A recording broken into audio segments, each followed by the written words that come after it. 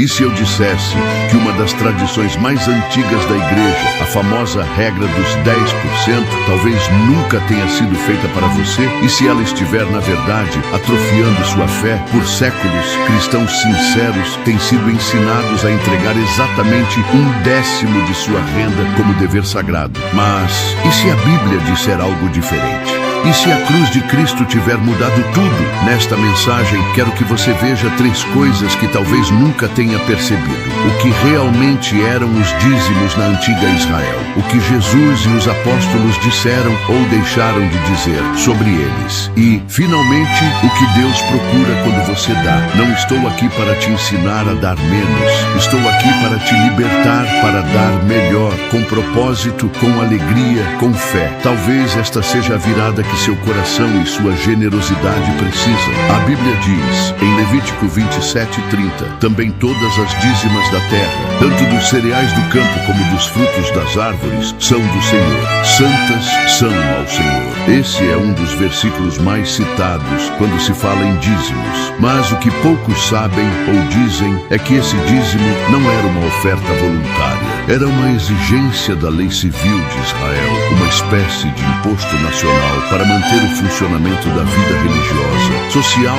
e econômica da nação. Na verdade, não havia apenas um dízimo. Havia pelo menos 3 tipos de dízimos estabelecidos pela lei de Moisés, e juntos somavam cerca de 23% da renda anual dos israelitas. Veja, o primeiro dízimo era destinado aos levitas, no 18, 21 e 24, a tribo separada por Deus para o serviço no templo. Como os levitas não tinham terras para cultivar, viviam do dízimo do povo. O segundo dízimo era separado anualmente para ser consumido em festas religiosas e celebrações diante de Deus. DT 14, 22, 27. Era uma espécie de celebração de gratidão nacional. O terceiro dízimo era recolhido a cada 3 anos e distribuído aos órfãos, viúvas, estrangeiros e necessitados. DT 14, 28, 29. Funcionando como uma assistência social obrigatória. Esse sistema era complexo, estruturado e obrigatório, não como um simples ato espiritual, mas como parte de um código tributário nacional. O dízimo, portanto, era muito mais um imposto do que uma oferta espontânea. Imagine isso: se um israelita não entregasse seus dízimos,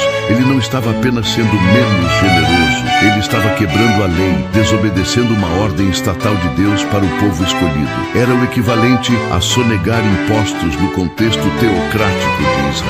Mas essa prática estava ligada a um pacto específico. A antiga aliança era uma lei dada exclusivamente à nação de Israel para uma época, um povo e um propósito muito definidos. E era parte de um sistema mais amplo que incluía sacrifícios, purificações cerimoniais, um templo físico e um sacerdócio levítico. Ou seja, o dízimo como lei jamais foi um mandamento universal para todos os povos ou todas as eras. Era parte da estrutura de uma nação específica chamada por Deus para um plano específico. Agora, pare e pense comigo. Você vive hoje sob esse mesmo sistema? Ainda há templo em Jerusalém? Ainda há sacrifícios de animais? Ainda existem levitas recebendo dízimos como herança? A resposta é óbvia, não. E por quê? Porque algo radical aconteceu. Alguém cumpriu toda essa lei e trouxe uma nova realidade espiritual, uma nova aliança, superior à antiga. Seu nome é Jesus. A cruz mudou tudo. O templo ruiu, o véu se rasgou e o código que obrigava o dízimo perdeu sua força. Vamos ver como Jesus encerrou esse sistema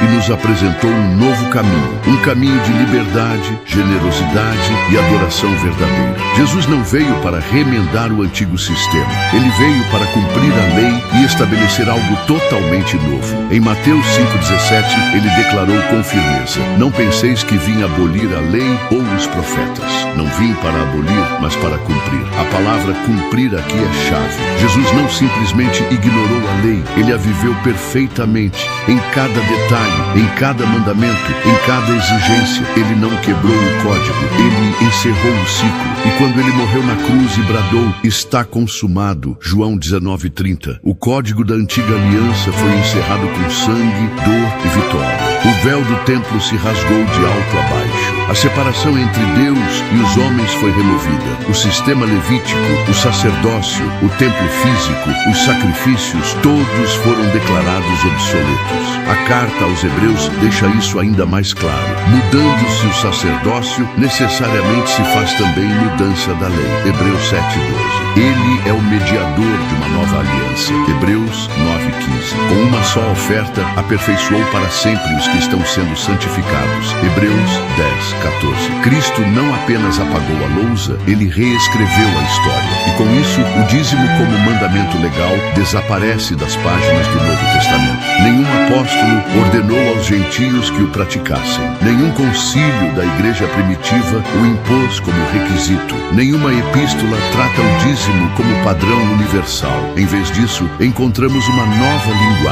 uma linguagem de liberdade, de generosidade guiada pelo Espírito, de sacrifício voluntário e alegre. A Bíblia diz em 2 Coríntios 9:7, cada um contribua segundo propôs no coração, não com tristeza ou por necessidade, porque Deus ama a quem dá com alegria. Esse versículo aniquila toda tentativa de reintroduzir o dízimo como mandamento cristão. Ele diz, não por necessidade, ou seja, não como imposição externa. Deus não quer o seu dinheiro forçado, Ele quer o seu coração entregue. Aqui está a verdade que precisamos encarar. A cruz não abaixou a barra, a cruz elevou a barra, porque agora Deus não está interessado em uma porcentagem automática. Ele quer tudo. Ele quer o seu coração, sua mente, seus planos, sua agenda, seu bolso, não como obrigação, mas como expressão de amor. Você percebe isso? Antes da cruz, os homens davam o que a lei ordenava. Depois da cruz, damos o que o Espírito inspira. Antes era um número fixo, agora é um ato de fé. Antes era tributo, agora é adoração.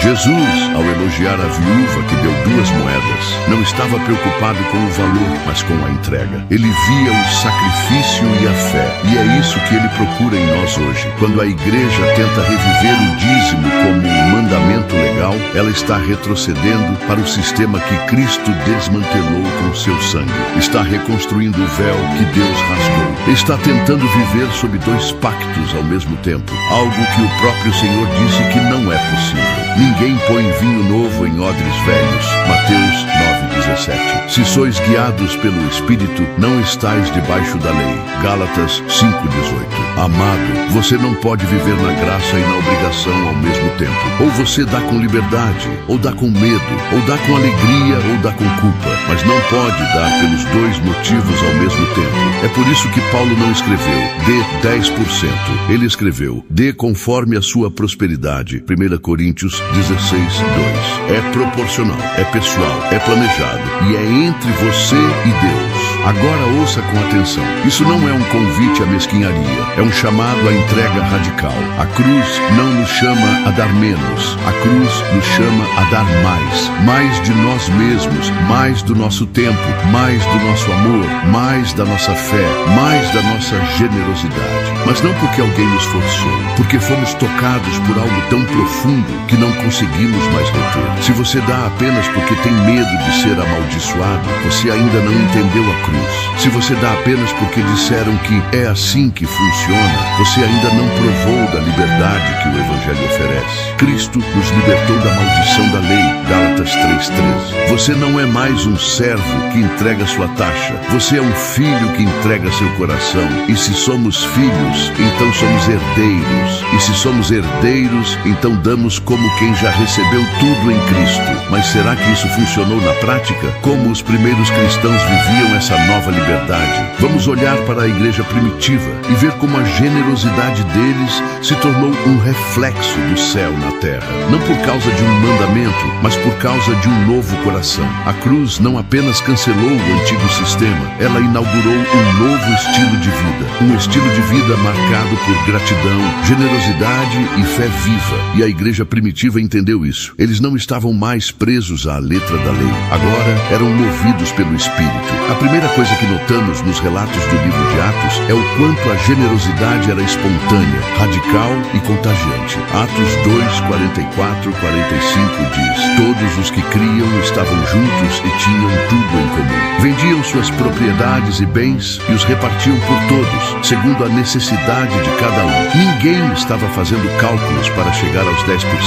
Ninguém estava perguntando: será que Deus vai me amaldiçoar se eu não der o dízimo? A pergunta deles era outra: o que posso vender para ajudar o meu irmão? Isso não era legalismo. Era amor. Era o Espírito agindo de forma tão poderosa que os bens deixaram de ser possessões e passaram a ser instrumentos da graça. Essa prática se repetia. Da multidão dos que criam, era o coração e a alma. Ninguém considerava exclusivamente sua nenhuma das coisas que possuía. Tudo, porém, lhes era comum. Atos 4:32. É quase impossível ler essas palavras e não se sentir desafiado. Como explicar esse tipo de generosidade? Eles não tinham regras escritas, não tinham porcentagens impostas, não tinham medo da maldição de Malaquias, tinham o Espírito Santo, tinham a cruz diante dos olhos. E isso era suficiente. Um dos momentos mais emblemáticos dessa nova forma de dar está registrado em Lucas 21:1-4.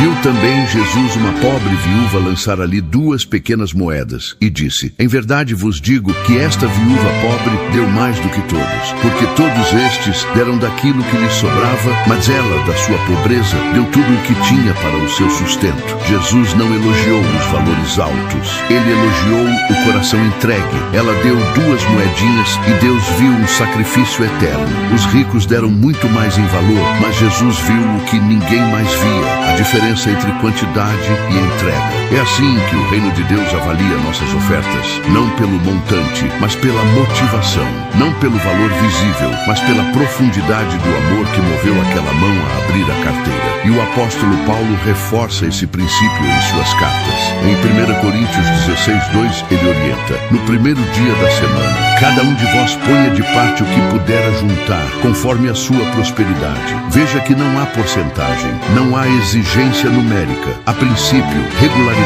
no primeiro dia da semana, planejamento, ponha de parte, e proporcionalidade, conforme a sua prosperidade. Essa orientação aparece novamente em 2 Coríntios 8:9. Paulo fala sobre uma coleta especial para ajudar os irmãos pobres da Judéia, mas mesmo diante de uma grande necessidade, ele não impõe obrigação alguma. Pelo contrário, ele diz: não digo isso como quem manda, mas para provar pela diligência dos outros a sinceridade do vosso amor. 2 Coríntios 8:8. E no versículo 12, ele completa: se há boa vontade, será aceita conforme o que alguém tem, e não segundo o que não tem. Isso destrói a lógica de qualquer imposição. Deus não está preocupado com quanto você daria se tivesse mais. Ele olha para o que você faz com o que tem hoje. Deus não se impressiona com cheques pomposos.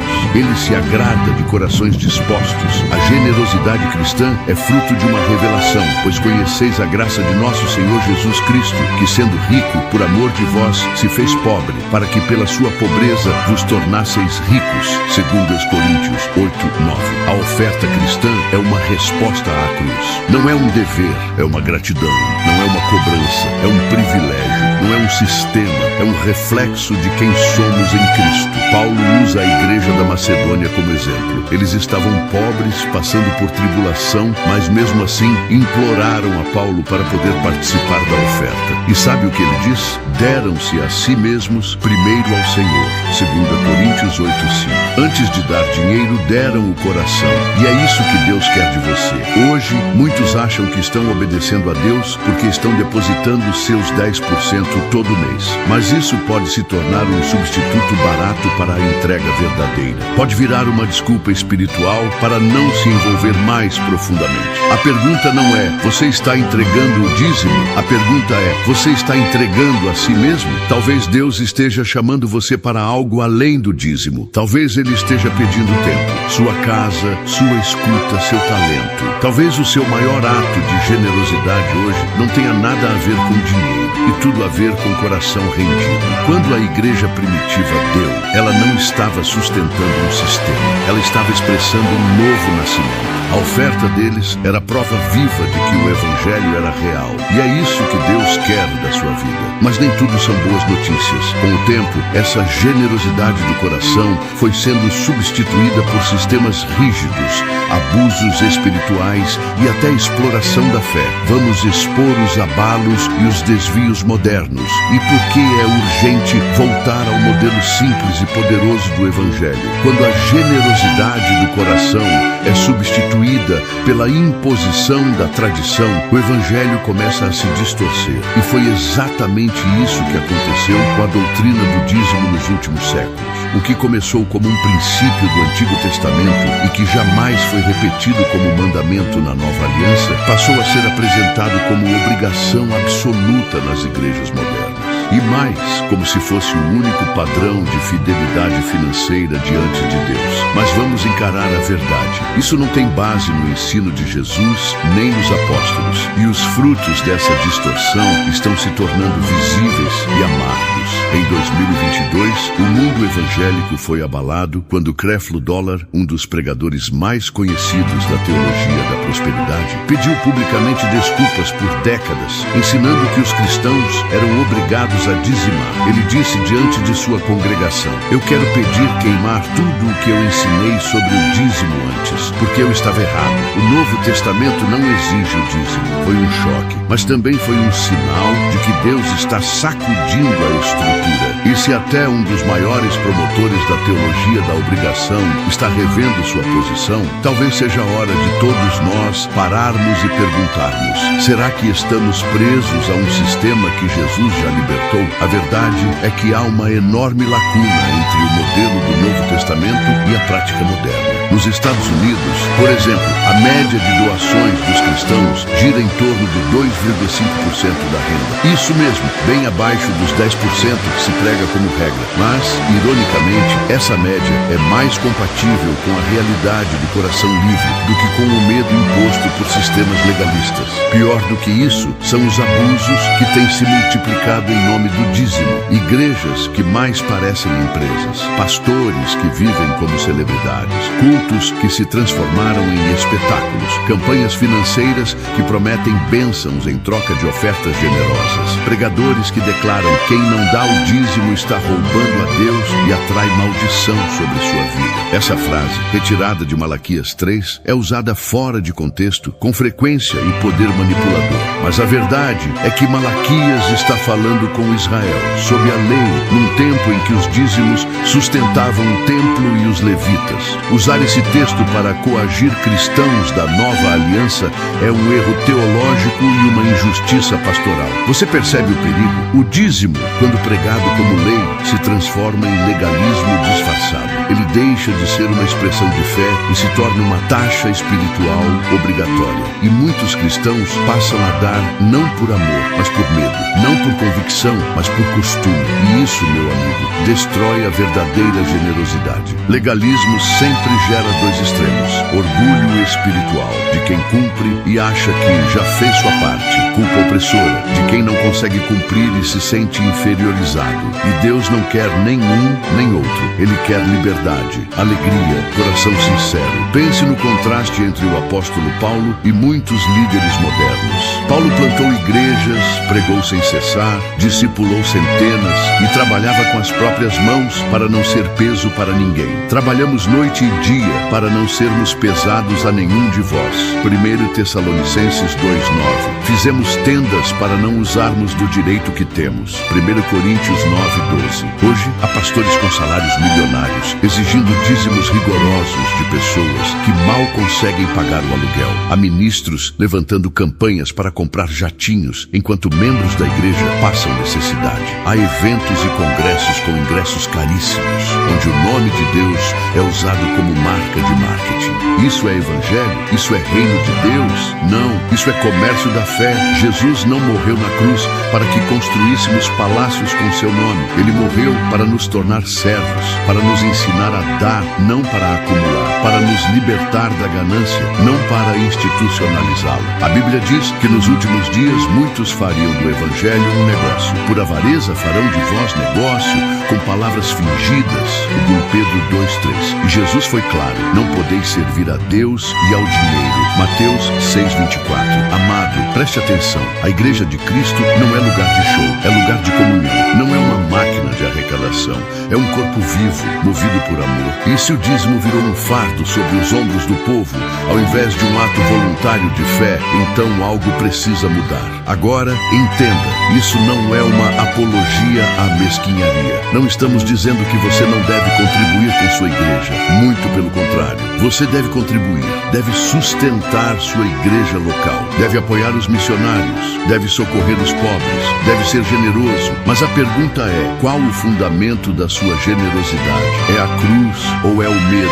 É o espírito ou é o sistema? É a liberdade ou a culpa? Agora vamos descer ainda mais fundo e olhar para onde está indo o dinheiro das ofertas nas igrejas atuais. Vamos contrastar os gastos milionários de algumas lideranças com a simplicidade poderosa da igreja primitiva. Prepare-se para abrir os olhos e talvez também o coração. A pergunta não é apenas se devemos dar, mas para onde o nosso dinheiro está indo. Porque se Deus ama quem dá com alegria, Ele também se importa profundamente com o destino daquilo que entregamos. Em muitas igrejas hoje, o dinheiro do chamado dízimo tem se desviado de seu propósito original. Ele não sustenta mais apenas os necessitados, nem viúvas, nem missionários em campos distantes. Em vez disso, é usado para erguer prédios luxuosos, bancar eventos com luzes e fumaça e sustentar estilos de vida que pouco lembram o de Cristo. E tudo isso é feito ironicamente em nome dele. Jesus, quando andava entre nós, não possuía casa própria, não tinha cavalos de guerra, não carregava bolsas cheias. Ele disse: o Filho do Homem não tem onde reclinar a cabeça. Lucas 9:58. E Paulo, seu servo fiel, seguiu o mesmo caminho. Ele tinha autoridade apostólica. Poderia exigir sustento, mas escolheu trabalhar com as mãos, fazer tendas, ser exemplo. Por 3 anos, noite e dia, não cessei de admoestar com lágrimas a cada um. Atos 20:31. De ninguém cobicei prata, nem ouro, nem vestes. Atos 20:33. Paulo não se engrandeceu com o dinheiro da igreja. Ele se humilhou para servir melhor. Agora compare isso com certos ministérios modernos. Pregadores com jatinhos privados, mansões avaliadas em milhões, guarda-costas pessoais e relógios mais caros que o carro do irmão mais humilde da congregação. Algo está fora do lugar. E o pior é que isso é sustentado com base no discurso de fidelidade a Deus, como se dar para esses projetos fosse sinônimo de obediência. Mas será que Deus se alegra quando o dinheiro que deveria aliviar o sofrimento vira investimento em luxo e vaidade? Veja o contraste. Na igreja primitiva, ninguém passava necessidade. Havia partilha, havia comunhão, havia entrega. Hoje, vemos igrejas em que há riqueza no púlpito e pobreza nos bancos. Milhões são investidos em telões, estruturas, produções artísticas, enquanto os enfermos da comunidade continuam sem auxílio, os missionários carecem de sustento e os bairros ao redor da igreja seguem mergulhados em carência. A igreja se tornou um palco e o altar um pedestal. O púlpito virou plataforma de performance. Mas onde está o Cristo crucificado? Onde está a simplicidade da cruz? Onde está o quebrantamento? A Bíblia nos alerta: ai dos pastores que apacentam a si mesmos. Ezequiel 34:2. E Jesus, com santa ira, expulsou os cambistas do templo. Minha casa será chamada casa de oração, mas vós a tendes transformado em covil de ladrões. Mateus 21:13. Sim, essas são palavras duras, mas são palavras verdadeiras, porque há líderes que hoje transformaram o altar em balcão de negócios e o povo de Deus em clientes da fé. Eles dizem: semeie 1000 para receber 10.000. Mas Jesus disse: dê sem esperar nada em troca. Eles dizem: quanto mais você dá, mais rico será. Mas Jesus disse: não ajunteis tesouros na terra. Eles dizem: você precisa sustentar o profeta. Mas Paulo disse: trabalhei com minhas próprias mãos. O problema, querido irmão, não está em ter recursos, está em usar esses recursos para exaltar homens, em vez de glorificar a Deus. Se a igreja está rica, mas o povo continua oprimido, isso não é evangelho. Se a liderança cresce em fama, enquanto o corpo murcha em fé, isso não é igreja. Se o dinheiro do povo é usado para construir impérios religiosos, isso não é reino de Deus. O verdadeiro evangelho não enriquece celebridades espirituais. Ele transforma corações, alcança os pobres, sustenta missionários, leva comida aos famintos, cura as feridas da alma. Quando a oferta sai do altar e chega ao necessitado, isso é culto verdadeiro. Paulo nos ensina em Romanos 15, 26, 27, que os gentios contribuíram com alegria para os pobres de Jerusalém. Isso era visto como fruto da gratidão pela salvação. E em 2 Coríntios 8, ele diz que a oferta é serviço sagrado, ministrado como um ato de adoração. Por isso, devemos ter discernimento sobre onde colocamos o nosso dinheiro. A generosidade sem sabedoria pode se transformar em apoio a sistemas corrompidos. A pergunta que devemos fazer é: minha oferta está indo para onde o coração de Deus está? E aqui vão 3 filtros práticos. Transparência, sua igreja divulga claramente como o dinheiro é usado. A prestação de contas, propósito. O foco está na missão ou na autopromoção, necessidade. Os recursos estão suprindo quem realmente precisa ou apenas acumulando riquezas no topo?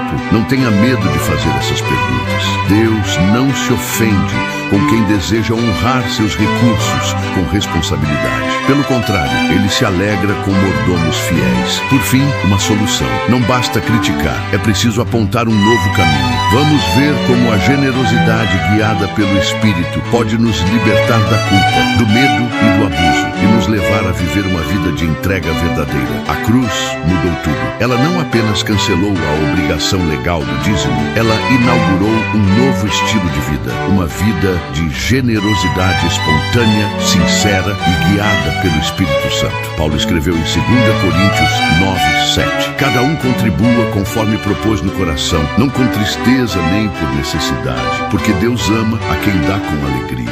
Essa é a chave, alegria. A oferta não é mais baseada em cálculo, mas em comunhão. Não é mais uma regra, é um reflexo do coração transformado. Deus não quer uma porcentagem automática. Ele quer o coração inteiro. Ele quer que você ore, pense, decida. Então dê com liberdade, com fé, com amor. É por isso que o verdadeiro modelo bíblico de generosidade envolve 3 princípios. Gratidão, não damos para sermos abençoados, damos porque já fomos. Necessidade. Nosso alvo não é o luxo, mas o socorro, a missão, o reino, impacto eterno. Nossas ofertas devem ecoar no céu, não apenas impressionar na terra. Você pode começar com um passo simples. Separe um tempo para orar. Pergunte ao Senhor: o que o Senhor quer que eu faça com os recursos que me confiou? Planeje, seja intencional. Não dê por impulso emocional, nem por medo. Dê como alguém que conhece o Pai e confia nele. Além disso, exija transparência. Se a igreja ou ministério que você apoia não abre suas finanças, não mostra onde o dinheiro está sendo investido, isso é um sinal de alerta. A Bíblia nos chama a viver na luz. Isso inclui a vida financeira do povo de Deus. E não concentre toda a sua generosidade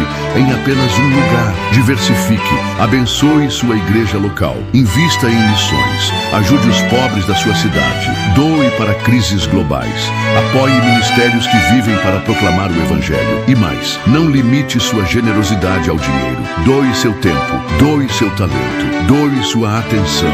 A maior oferta é a da vida inteira. Você quer saber de uma boa notícia? Estudos mostram que pessoas que doam regularmente, de forma voluntária e planejada, experimentam mais paz, mais propósito e mais alegria, porque foram criadas para isso. Você foi criado para amar, criado para servir, criado para refletir o coração generoso de Deus. Agora que você conhece a verdade, a decisão está nas suas mãos. Não mais por imposição, mas por amor. Vamos juntos concluir esta jornada com um convite que pode transformar sua vida inteira. A cruz trocou a calculadora por uma bússola. Ela não te chama a seguir números fixos, mas a seguir o Espírito. Ela não exige o dízimo. Ela convida à entrega total. Você foi chamado a viver com liberdade, a dar com alegria, a servir com paixão, não mais por medo, não mais por tradição, mas porque o amor de Cristo te constrange hoje. E agora a decisão é sua. Você pode continuar vivendo pela obrigação ou pode escolher a generosidade guiada pela graça. Você pode dar o que sobra ou pode entregar o que arde no coração. Nesta semana, escolha um ato de generosidade, não por pressão, mas por amor. Ore, decida e pratique. Depois, compartilhe com alguém. Inspire outros. Viva como quem foi liberto. Se essa mensagem libertou você, compartilhe com quem ainda está preso. E lembre-se, o Senhor não quer apenas o seu dízimo, Ele quer o seu coração inteiro. Você está pronto para viver assim?